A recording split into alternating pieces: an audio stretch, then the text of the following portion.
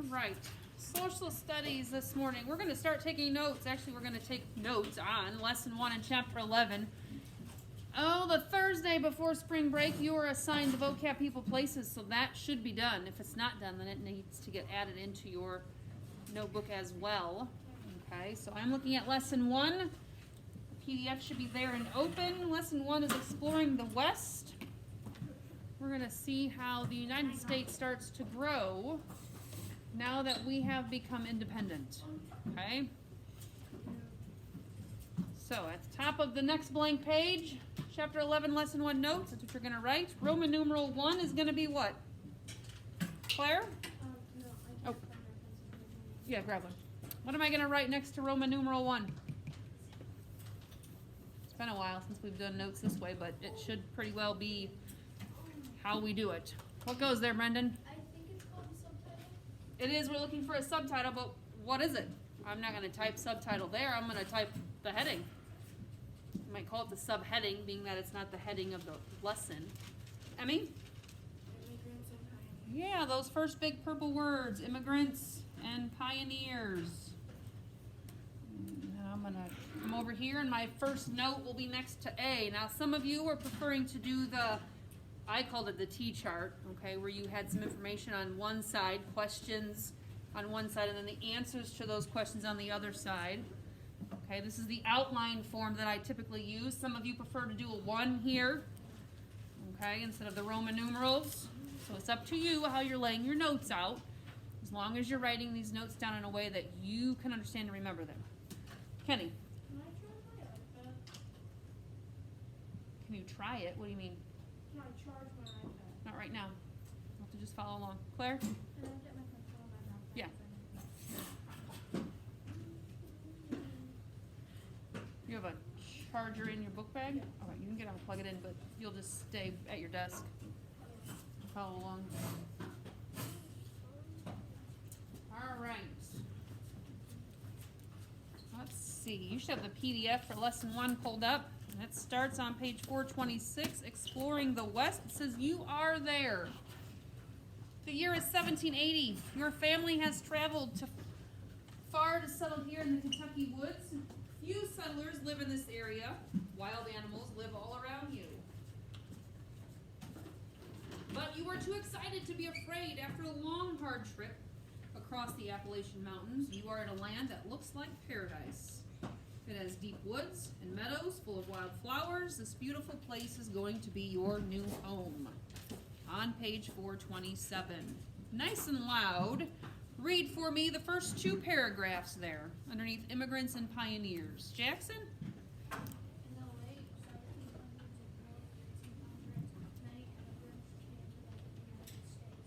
Most You'll be really loud. Remember, they have to hear you on this video. Ireland and Germany. Some were escaping hard times. Others had a chance to earn money and land. European Mhm. immigrants usually arrived on ships that docked in port cities along the Atlantic coast. Some of them, as well as other Americans, wanted to start farms near the frontier. However, the Appalachians stood in the way. Okay, so those of you listening on the video, we read the first 2 paragraphs on 427. If you can't hear them reading, then you should just be reading on your own, okay, since I'm telling you kind of where we're reading. So we read those first 2 paragraphs about immigrants and pioneers, okay? So let's think about here how they were traveling. How did they travel? Where were they coming from? What was happening in these 2 paragraphs? Find some main ideas. Adam? Okay, they wanted to own land, right? So they were moving because they wanted to own land. What was that land going to do for them? Riker? Crops and maybe like traders can come around. Okay, and what's trading going to do? It's gonna give them resources, Resources to do what with? like build homes and stuff, or get more seeds. Maybe. For different crops. What are they going to do with those crops and those resources? Now they own this land. What can they do with it, Sean? Sell it and then get money. Right, they're going to try to earn money, right? They wanted to earn money. They wanted to own land. What were they escaping? What were they trying to get away from? What's happening? Maya? They were escaping from Ireland. Yeah. It says most were from England, Scotland, Ireland, and Germany, right? And some were escaping hard times. So maybe they have different religious beliefs, okay? Maybe there are wars going on in their area. So they were trying to get away from those, okay? And they were coming over here for the opportunities that they were seeing. So let's say many were, we'll say leaving. Times to find land so they can earn money, right? That was their hope anyways. All right, so that's your first note you're gonna write down. Morning. Morning. Welcome back. Thanks. I love the organization. Tidied up a little this morning. Oh, thank the Lord. Much different. Riker, what are we doing? I need you taking notes.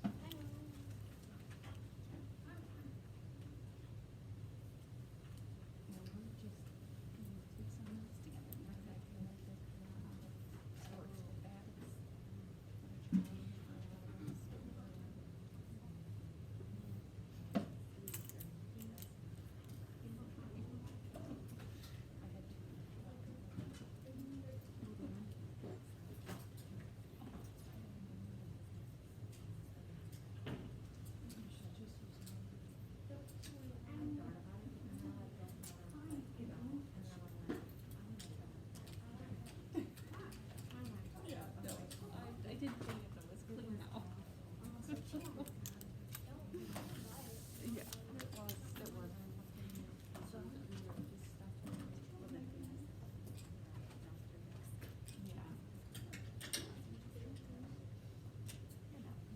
Yeah, it was. It happens. What's that? Yeah.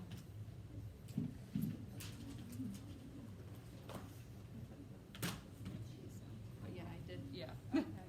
All right, let's keep reading here. The Cumberland Gap is where I'm at. What does the word gap mean? It was a vocab word you should have written down, so it should be right there in your notes. What's gap mean? Emmy? Yeah, so you have a mountain and another mountain. Makes sense that we might call it a gap, right? It's kind of an opening in between mountains. Okay, it's lower than the rest of those. Let's see. I'll read here.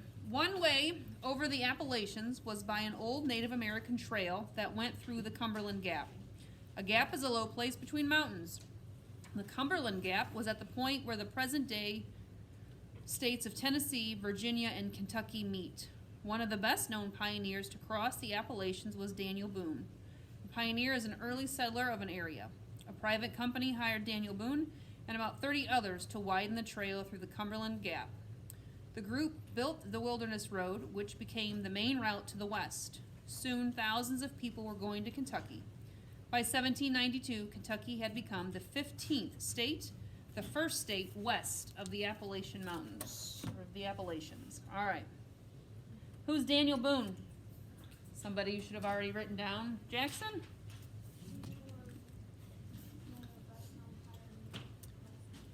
Yep, best known pioneers to cross the Appalachians. Okay. What was his job? What was he supposed to be doing? What was he supposed to be doing, Maya? Widen the trail to the Right, he was hired to widen that Cumberland Gap trail. These are things you should have written down with the people. Okay, Daniel Boone, he was the best known pioneer hired to widen the trail through the Cumberland Gap. Okay, those are things that should be written down for your people. Can I use this? Oh, yeah. Because he has none. Yeah, that's fine. Is it sharp? Yes. It's not like, okay. Sure. Okay. So what happens because of all this? It's kind of the end result, something important we should write down. John? So many ants are just coming under right here. Well, there's nothing I'm going to do about those ants right now. Yeah, Okay. John's been complaining about ants all week. I'll have to let him know. Yeah, there's an anthill back. I see it, yes. I already have seen it. That's because you know why that is? Because when we eat food and we leave all of our garbage and crumbs and everything on the floor, guess who comes and visits? ants. And if it's not ants that are coming to visit, it will be the mice. So we need to make sure They're our friends. we're being tidy and clean when we're eating in here, okay? There's nothing I'm gonna do right now. We need to get through social studies. So back to my question, what was important about all of this? They widened that gap, Daniel Boone did all of this stuff, and what was the end result? You wanna? By 1792, Kentucky became the 15th state, the first state west of the Appalachians. Exactly right. So Kentucky becomes a state. It's the 15th state and the first one west of the Appalachians. So Kentucky becomes 15th state and first, not second, first west of the Appalachians. Okay, and I think that's going to get us to, you writing this down, Nick? Roman numeral 2.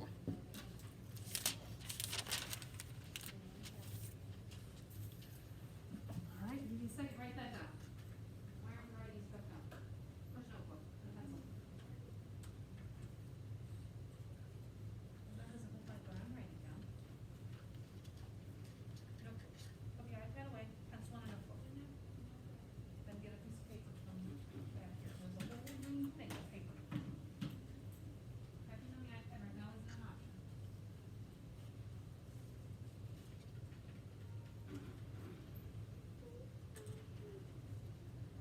Make sure you got those notes down, and I'd go back and check Daniel Boone. Did you write down the information we talked about for him?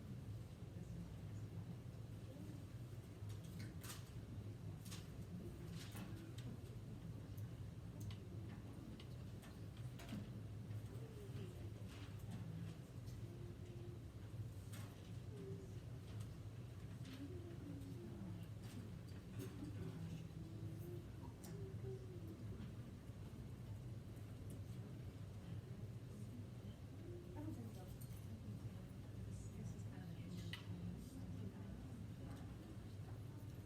So I'll have, yeah, for sure.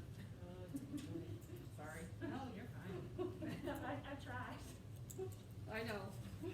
All right, we're on the next page here, 428. What am I gonna write next to Roman numeral 2? Let me scroll this up here. Roman numeral 2 is gonna be what, Adam? Americans continue west.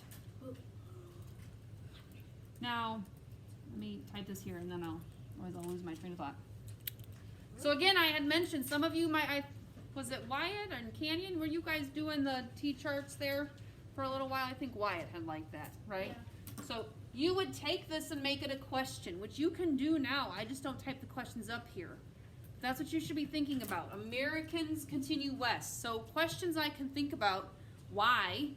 Right? Why are they going west? They just had all of this land that they gained, right, in this war. Why are we moving west? What's happening? What's causing that? Who's moving? Is everybody moving? Are certain people moving? Okay, those are things you should be thinking about as you write this down, and then we start reading. Okay? All right. Let's see here. Read for us the first paragraph on page 428. So if you can't hear and you're listening to the video, you're reading that first paragraph on your own. Nice and loud, Canyon. The trip along the wilderness road was challenging. Pioneers had to bring everything they needed with them. There were no places to buy supplies along the way.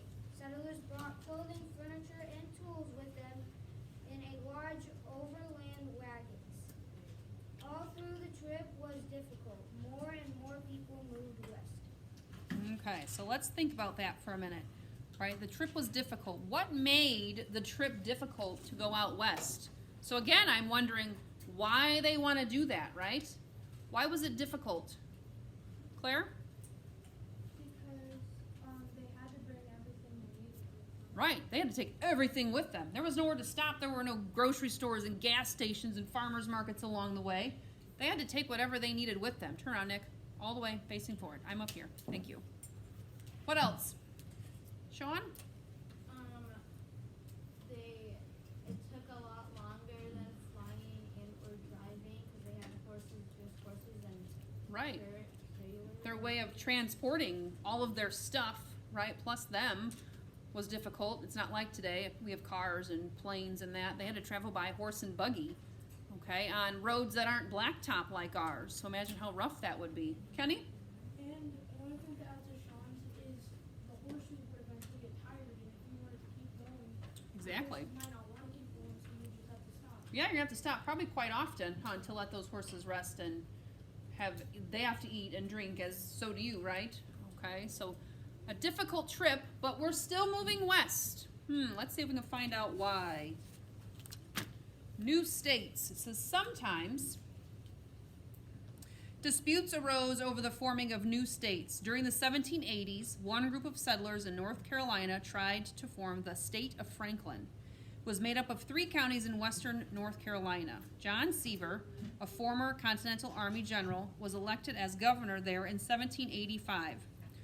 However, North Carolina soon took back control of the land. Might help. There we go. In 1796, John Seaver became the first governor of another place, Tennessee. This time, the area he governed was admitted into the United States as a state. Tennessee was named after Tansai, a Cherokee village. The new addition of the new states did not stop with Kentucky and Tennessee. The Northwest Territory was growing fast, too. People used the Ohio River and other rivers in the region for travel. They built towns along many of the rivers. By 1800, more than 45,000 people lived in Ohio. In 1803, it became the 17th state. All right, who's John Seaver? He was a person. We should have him written down in our notes already. Who is he? What did he do? Brendan? He's a former Continental Army general. He was a former Continental Army general. What's the Continental Army? Ooh, what was that? Oh. What was that, Jackson? Right, the Colonies Army in the Revolutionary War, so he was a general for that. What did John Seaver do? He was a former Army, but what makes him important in this particular lesson? Maya?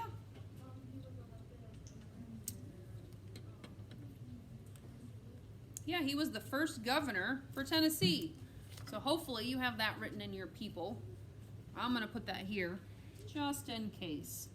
And he spells his last name I-E-R.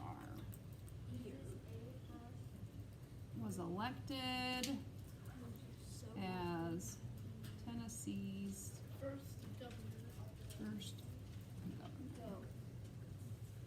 All right. We got another state as well, Ohio, they mention, right? Ohio became the 17th state.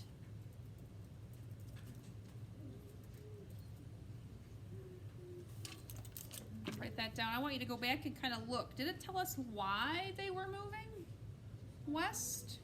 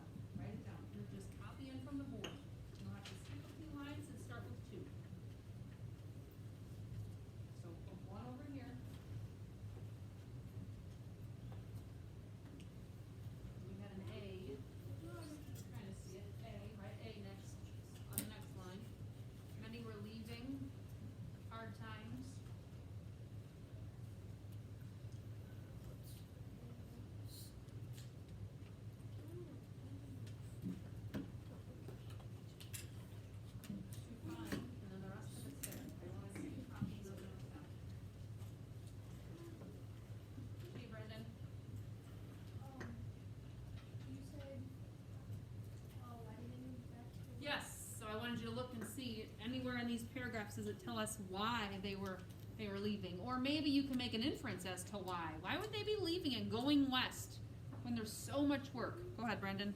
North Carolina soon took back control of the land. Okay, so they talked about some disputes, right? So now it's kind of, those disputes are over, so they're moving back. They're okay with that. What else? Let's look over here. Think back to those reasons that were given. Come on, map. There we go. That were given towards the beginning of the lesson. So here we have, this is where we were, right? 13 colonies. So North Carolina is in there, correct? Let me move this closer. So now we're talking, here's Kentucky, Tennessee, Ohio. So they're here. Now they're moving this way. Why? What is happening here? More than likely. So we're making inferences, right? We're taking the information that we know and we've read. People are coming over from all of these different places. Wyatt? North Carolina's taking. So here's North Carolina. They had some disputes in that, right? Those have ended. But what do you think's happening to these places? So remember, they all kind of stuck right here, right? When we look at some of those maps, it's all right here along this coastal plain. Kenny, what's happening? Okay, resources, right? They need more. We have more people coming over. So if they continue to move this way, what are they going to find? Adam? More resources and more space. Exactly, the space they need, right? The land that people want, and more resources. Are they going to find the exact same resources that they have here? Probably not. They're going to find some different ones, right? Okay. Eli, throw it away. Wyatt. The funny thing is, I was just down in Kentucky, Tennessee, Were you? Georgia, South Carolina, North Carolina. Okay. Yeah, I was For just spring break? Yes. Yeah, Awesome. in Tennessee for spring break. Tennessee? I thought it's a popular spring break place, Tennessee. All right. Let's see. We are on, we don't need a C, but we do need a Roman numeral 3. What am I going to write or type next to Roman numeral 3? Slide you in here. There we go. Emmy? The Louisiana. Whoops. Maybe. That doesn't look right. Must be. It's not telling me it's wrong. Yep. All right. The Louisiana Purchase might be something you've heard in past studies of social studies, right? Past studies of history. All right. Yeah, what is social studies doing? You're studying the social aspects of people, how they interact, what happened with those interactions. All right, first two paragraphs there on page 429. Read those for us. Nice and loud, Claire. I gotta hear you all the way up here. In 1801, Thomas Jefferson became the third president of the United States. He wanted to expand the borders of the young nation. One problem was that the United States had no ports on the Gulf of Mexico. Farmers in western areas had to ship their crops on boats down the Mississippi River to Port of New Orleans, which was controlled by Spain. Farmers wanted an American port where they could ship their crops. Okay, so here we have a problem. What's the problem Thomas Jefferson has?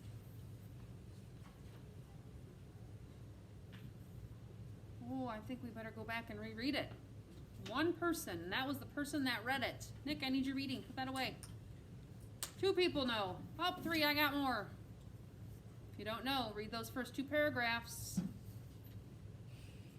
What is the problem Thomas Jefferson is trying to solve?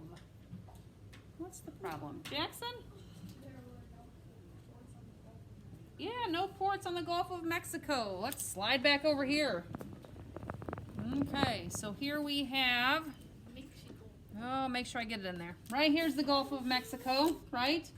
We're developing all of these lands. We're growing, okay? And so There's nothing here that the United States has access to, so he's trying to figure out how to solve that problem, right? Okay, Thomas Jefferson was also an important person, so you should have written down that he was the 3rd president of the United States. And we're going to add to what else he does here in a few minutes. Let's see, a very big purchase. When I think very big purchase, I think buying a house, right? Or a car, maybe. I think this purchase might be a little bit bigger. I'm going to read. You're going to follow along on 429.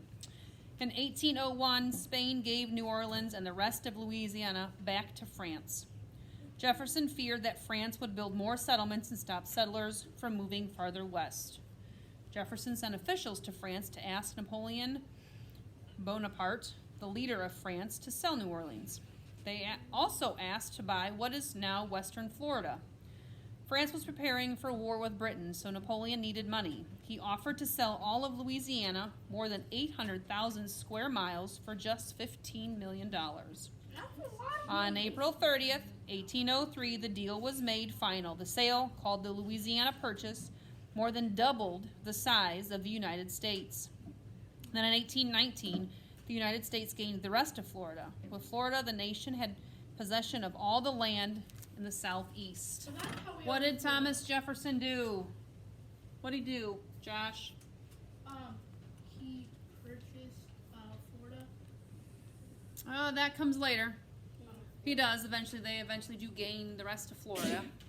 What did he do first? What was the big purchase, Nick? Didn't Thomas Jefferson write the Declaration of Independence? Yeah. Well, that was before. Now we're talking now. Maya? Louisiana. What did he do with Louisiana? He bought it. He bought it. Thomas Jefferson. Who did he ask? Who did he ask if he could buy that area, that land from? Brendan? Napoleon, who was France, right? From France. So he asked, we'll just say France. Napoleon Bonaparte should be in your people, okay, as the leader of France. Okay. So Jefferson asked France, right, to sell New Orleans. But what ends up happening? Yeah, he wanted New Orleans. They also asked to buy what is now western Florida. Right? So France decides to do what? Sell him Florida.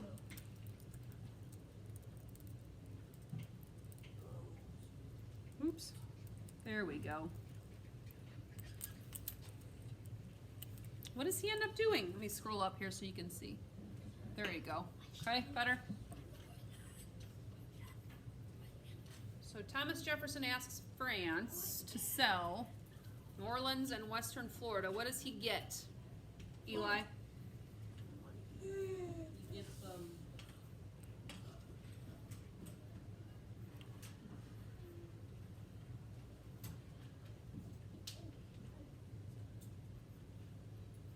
He's looking.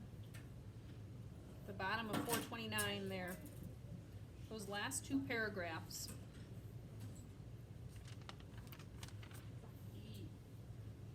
He offered to sell all of Louisiana. Yep. So France agrees, right?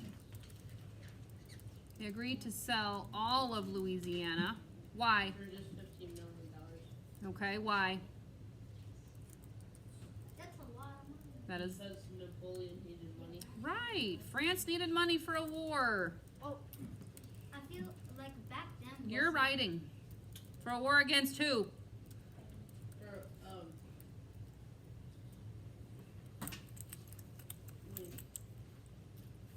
Britain. For Britain. Yep.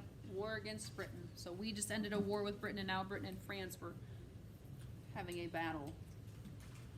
Just one more thing we need to write down, but I'll give you a second. Write that stuff down here. I feel like if they can build America in that kind of span of time, like do New Orleans, I feel like there's gonna be a whole nother, like, a whole nother country who, like, they would name it Twins with America. Oh, that seems like it went pretty quick, didn't it? Or like a whole different planet with life on it. You done writing, Jackson? 'Cause we need to pick up here. Look back, get hung up on a Louisiana Purchase do for the United States? What did this purchase do, Nick? Gave us land. It did. But what was the significance about it? It gave us land. Did it give us a little tiny piece of land? No. No. What did it give us, Kenny? They gave us, Louisiana and Florida. It did. And it did what? They're so far away. What did it do to the size of the United States? What did it do, Adam? It doubled the size of the United States. So, let's say this doubles the size of the, and I'm gonna put US.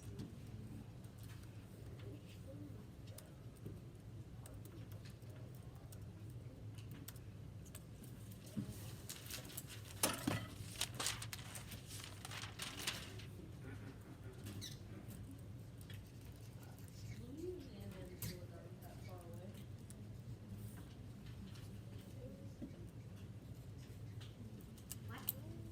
I'm just getting some things ready here. Aren't that far away. What?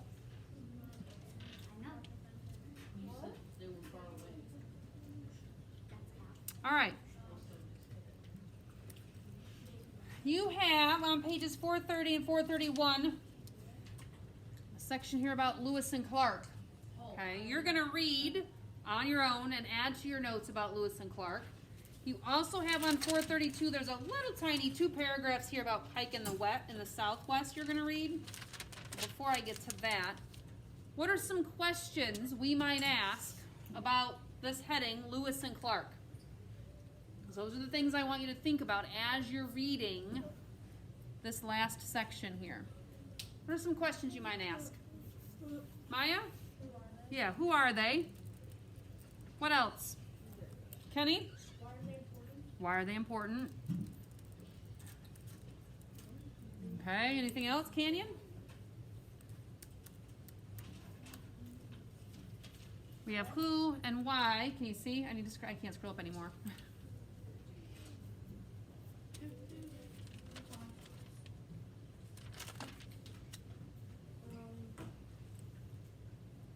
were they from? Okay, you might say ask where they're from.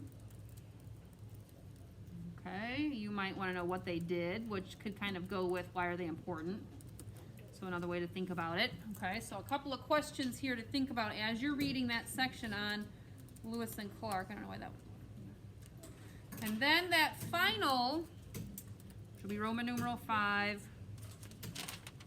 Pike in the Southwest